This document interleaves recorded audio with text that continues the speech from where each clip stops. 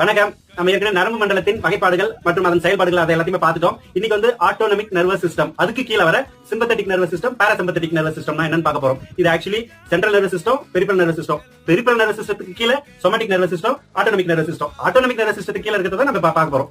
Sympathetic and பாராசிம்பத்தட்டிக்கோட செயல்பாடுகள் நம்ம உடலுக்குள்ள எப்படி இருக்குன்னா, நீங்க ஒரு சின்ன கற்பனை பண்ணி பாருங்களேன்.